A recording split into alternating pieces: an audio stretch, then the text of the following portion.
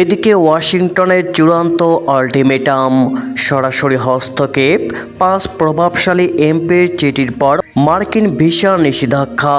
Doctor Khalilur রহমানের সফরের 2 দিন পরেই বড় ধাক্কা। কেন বাংলাদেশের ওপর এই নজিরবিহীন মার্কিন সিদ্ধান্ত? আওয়ামী লীগ ছাড়া নির্বাচন মানবে না বিশ্ব।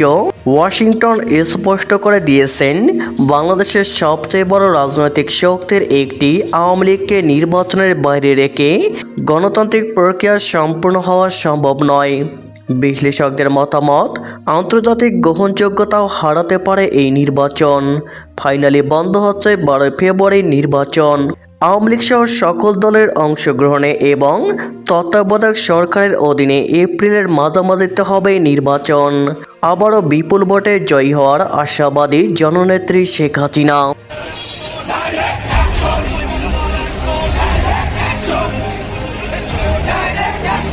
এদিকে দেশজুড়ে ভোট বর্জনের ডাক, নৌকা নেই যেখানে, ভোট নেই সেখানে। প্রহসনের নির্বাচন মানি না, কেন্দ্র ফাঁকা রাখার নতুন রেকর্ড গড়তে যাচ্ছে বাংলাদেশ। নির্বাচনের তারিখ ঘনিয়ে আসায় উৎসবের বদলে রাজপথে বিরাজ করছে এক থমথমে উত্তেজনা। সবখানে এখন একটাই ঘোষণা, আওয়ামী লীগকে ছাড়া বাংলাদেশে কোনো নির্বাচন হতে দেওয়া হবে না। আসবে অবৈধ নির্বাচন মানি না, মানবো না। আমরা সবাই মুজিব সেনা, বই করি না বুলেট বোমা।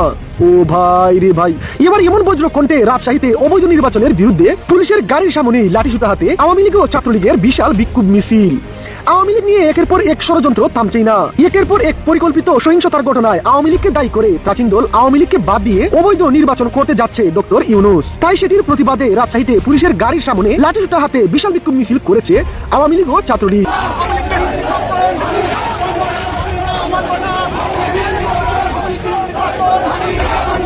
এদিকে ফাঁস হলো যমুনার গোপন বৈঠকের তথ্য। দেশ ছাড়তে আগেভাগে সমন্বয়কদের ইঙ্গিত ইউনূসের। গুঞ্জন রয়েছে, রাজনৈতিক পরিস্থিতির চরম অবনতি হতে পারে এমন আশঙ্কায় ডক্টর ইউনূস সমন্বয়কদের আগেভাগে দেশ ছাড়ার বা সাময়িকভাবে দেশের বাইরে যাওয়ার ইঙ্গিত দিয়েছেন।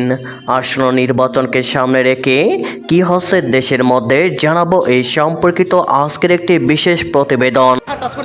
কোন ইসলামে কোন জায়গায় আছে যে রাস্তা বন্ধ করে আন্দোলন করতে হবে? কেন রাস্তাটা বন্ধ করছো? কেন রাস্তাটা বন্ধ করছো? কেন তোমরা বলেন? কেন থ্যাংক ইউ বলতেছো তোমরা? মাস নামায় কথা বল, কেন থ্যাংক ইউ বলতেছো? আপনি আমার গায়ে হাত টাচ করতে পারেন না কেন? তুমি রাস্তা বন্ধ করতে পারো, হাত টাচ করতে পারো না? বলেন বলেন বলেন, আমার সাথে কথা বলুন। কি সমস্যা? আপনি কি জন্য যাইতে যাচ্ছেন? আপনি রাস্তা বন্ধ করতে কেন? রাস্তা বন্ধ, হ্যাঁ কিসের দাবি? তোমরা তোমাদের বিসিকে আটকাও, তোমরা বিসিকে ধরো, তোমাদের কলেজ বন্ধ করে দাও, যমুনায় যাও, সচিবালয় যাও, সংসদে যাও। আমরা ভাত কামাই করে খাই, আমরা কামাই করে খাই, বাবার টাকা খাই না? বাবার টাকা খাই নাকি আমরা? যাবো মানে তোমরা কি হয়ে গেছো? বিসমিল্লাহ বলে রাস্তা বন্ধ করে দিবা? বিসমিল্লাহ বলে রাস্তা বন্ধ করে দিবা? মানুষ মানুষ না, এগুলো মানুষ না। দাঁড়ান দাঁড়ান, ওগুলো মানুষ না, মানুষ না। তুমি তো আমাদের ভাই, মুসলমান না? মুসলমান না? বিশ্বনবী কি বলছে রাস্তা বন্ধ করে আন্দোলন করো? টুপি পরে আসো, দাঁড়িয়ে রাখছো। কোন ইসলামে কোন জায়গায় আছে যে রাস্তা বন্ধ করে আন্দোলন করতে হবে? তরবার নিয়ে নেমে যাও, শহীদ হও। প্রত্যেককে তার দায়িত্বশীলতার, মানে তার অবস্থান থেকে দায়িত্বশীল। এটা কি অবস্থান? তোমার অবস্থান রাস্তায়।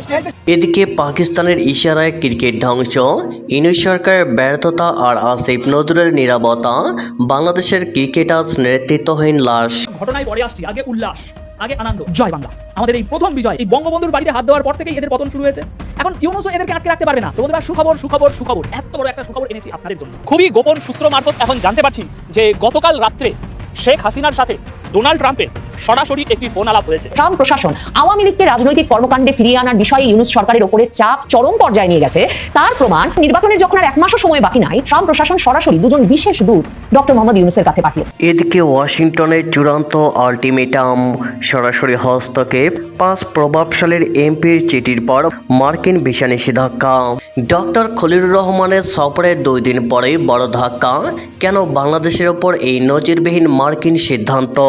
আওয়ামী লীগ ছাড়া নির্বাচন মানবে না বিশ্ব। ওয়াশিংটন স্পষ্ট করে দিয়েছেন বাংলাদেশের সবচেয়ে বড় রাজনৈতিক শক্তির একটি আওয়ামী লীগকে নির্বাচনের বাইরে রেখে কোনোভাবেই একটি গ্রহণযোগ্য গণতান্ত্রিক প্রক্রিয়া সম্পূর্ণ হওয়া সম্ভব নয়। বিশ্লেষকদের মতামত, আন্তর্জাতিক গ্রহণযোগ্যতাও হারাতে পারে এই নির্বাচন। ফাইনালি বন্ধ হচ্ছে 12 ফেব্রুয়ারি নির্বাচন। আওয়ামী লীগ সহ সকল দলের অংশগ্রহণে এবং তত্ত্বাবধায়ক সরকারের অধীনে এপ্রিলের মাঝামাঝিতে হবে নির্বাচন। আবারও বিপুল ভোটে জয়ী হওয়ার আশাবাদী জননেত্রী শেখ হাসিনার। ট্রাম্প প্রশাসনের নতুন অভিবাসন নীতি ঘিরে বিশ্বজুড়ে আলোচনা চলছে। ফক্স নিউজের প্রতিবেদনে বলা হয়েছে, বাংলাদেশ সহ 75টি দেশের নাগরিকদের জন্য ইমিগ্রান্ট ভিসা অনির্দিষ্টকালের জন্য স্থগিত করার সিদ্ধান্ত আসতে পারে, যা কার্যকর হওয়া সম্ভাব্য 2026 সালের 21শে জানুয়ারি। যদি এটি বাস্তবে রূপ নেয়, তবে এটি বাংলাদেশের জন্য শুধু অভিবাসন সংকট নয়, বরং একটি বড় কূটনৈতিক ধাক্কা।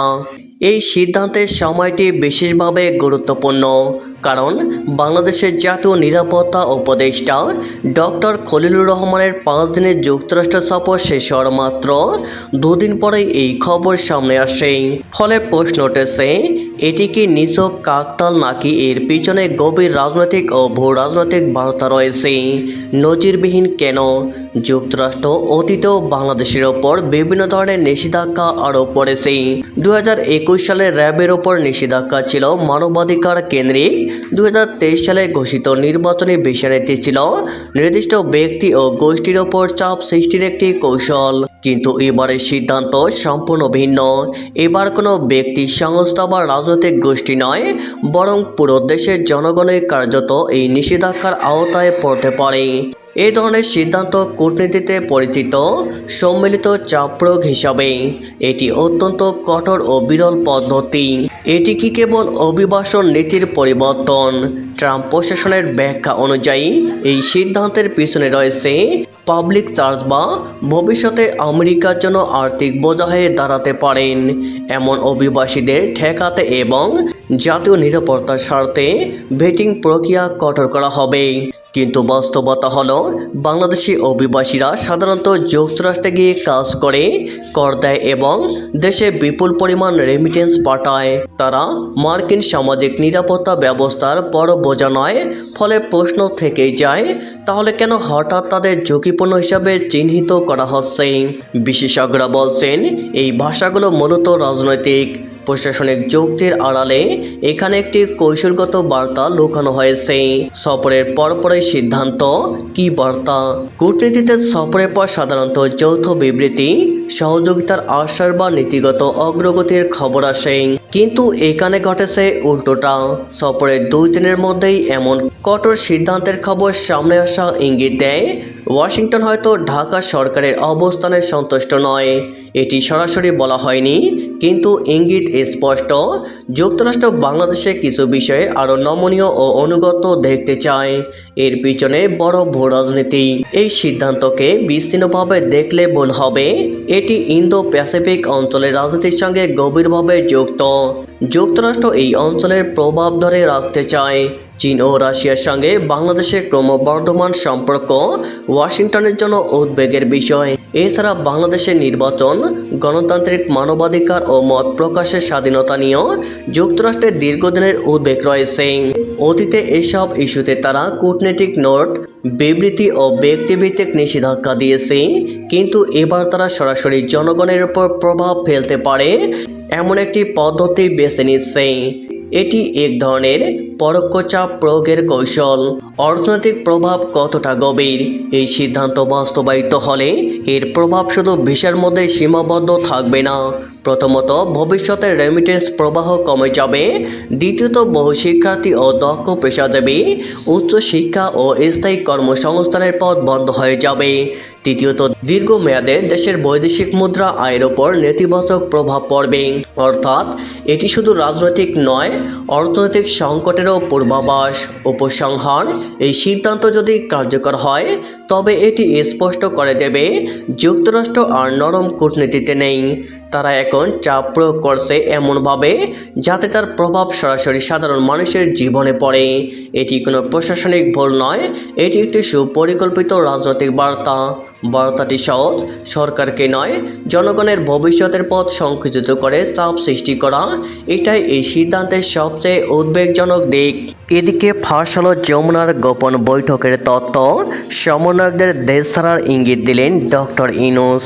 নির্বাচনের আগে কি তবে সেফ এক্সিট বা দেশ ছাড়তে আগেভাগে সমন্বয়কদের এই ইঙ্গিত কেন দিল ইউনূস সরকার?